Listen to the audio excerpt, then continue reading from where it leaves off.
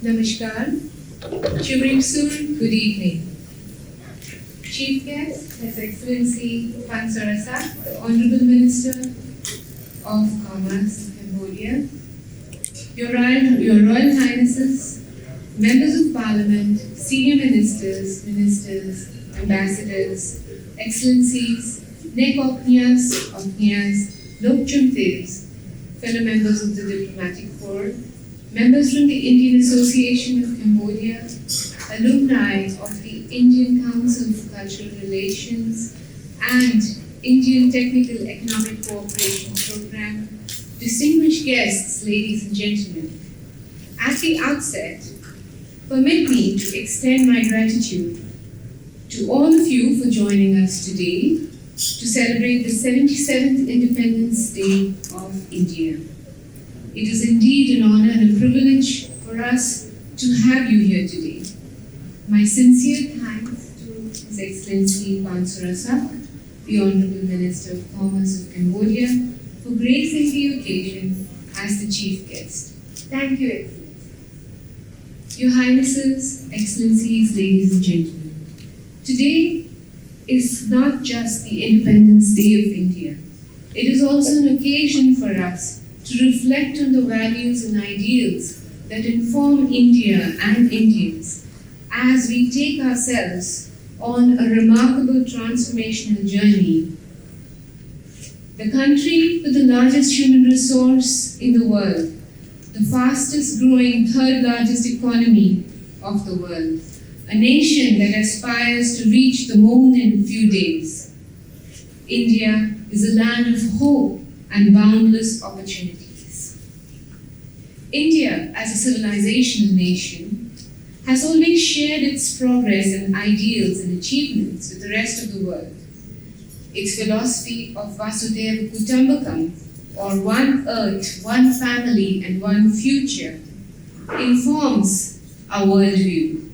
India is a beacon of the global south and bridges the aspirations and dreams of both the developing and the developed world as we lead the G20 presidency this year and take it towards more equitable progress for the rest of the world, respect for ecology, diversity, and reform to multilateralism. Your Highnesses, Excellencies, ladies and gentlemen, today we culminate the Azadi Ka Amrit Mahotsav, the festival of independence, the iconic festival that celebrated the 75 glorious years of the culture, the achievement, and the history of the people of India. Here in Cambodia too, we celebrated these achievements with our Cambodian compatriots through a number of events and initiatives.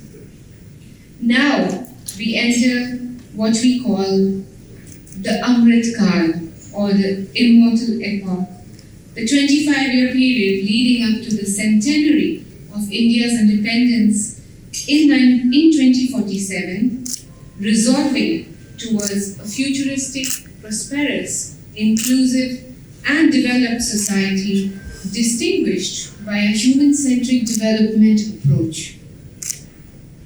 With the celebration of our independence, it is also incumbent upon us to remember the horrors of the partition of India and to bring to light the agony and suffering of those who suffered the partition. Today, we pay our respects to the millions of people who suffered that horror with an exhibition in their remembrance and their honor.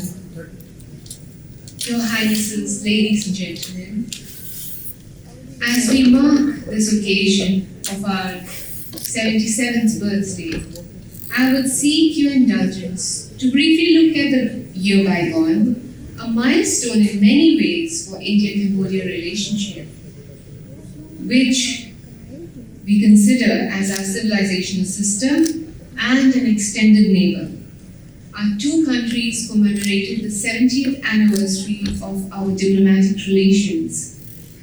Cambodia was also the chair of ASEAN in this designated year of ASEAN-India friendship, which marked 30 years of ASEAN-India relationship and elevated them to a comprehensive relationship status.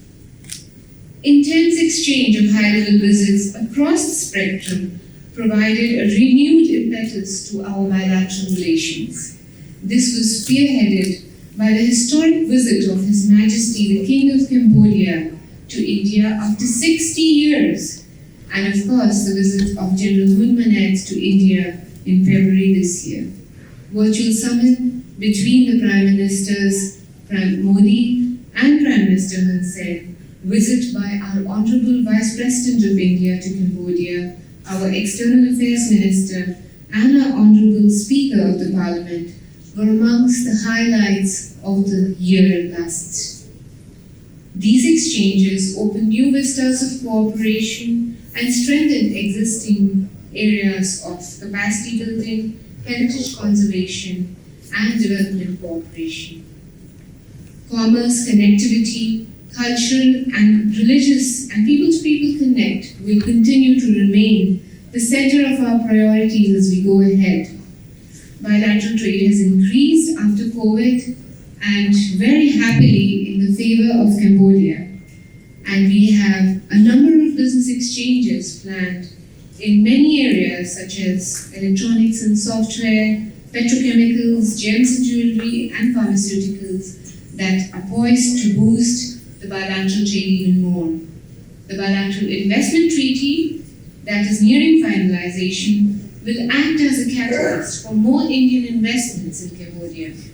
I'm pleased to share with you the progress in establishing a direct air connectivity between our two countries, which will boost trade and bring more Indian tourists to this land of Angkor Wat, and of course similarly bring Cambodians to the land of the Buddha. The efforts for enhanced physical connectivity will also receive impetus from the eastward extension of the India-Myanmar-Thailand Trilateral Highway and road projects in Cambodia with Indian soft credit. Your Excellencies, ladies and gentlemen, Your Highnesses, India and Cambodia share the aspiration of peace, progress and prosperity.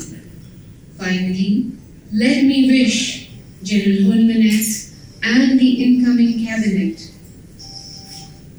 Godspeed in leading Cambodia and its people towards progress, freedom, peace and prosperity. You will always find your civilizational sister India as a willing partner as you take your people forward in the march towards development and prosperity.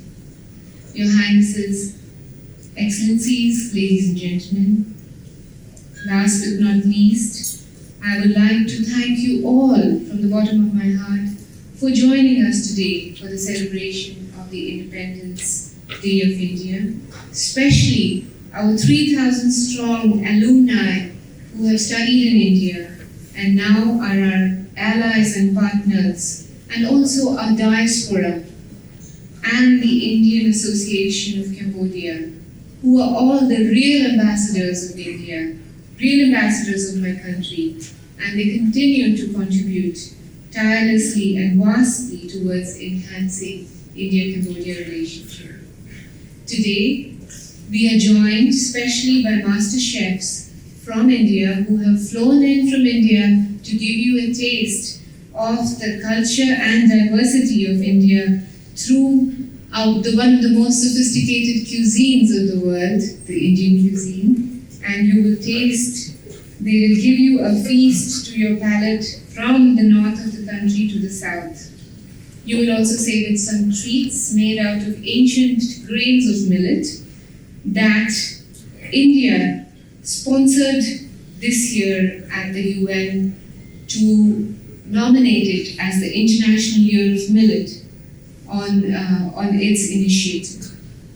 Now, ladies and gentlemen, I would like to raise a toast to the good health and long life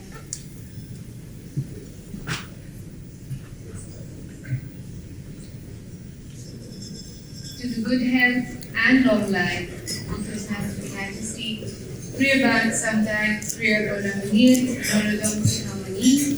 to the long life and good health of Her Majesty Queen Mother Northern to the well-being and good health of all the guests who have joined here today in the celebration, and to the continued friendship of India and Cambodia, and to the peace, prosperity, and well-being of the people of Cambodia. Thank you. Samarpan. Cheers.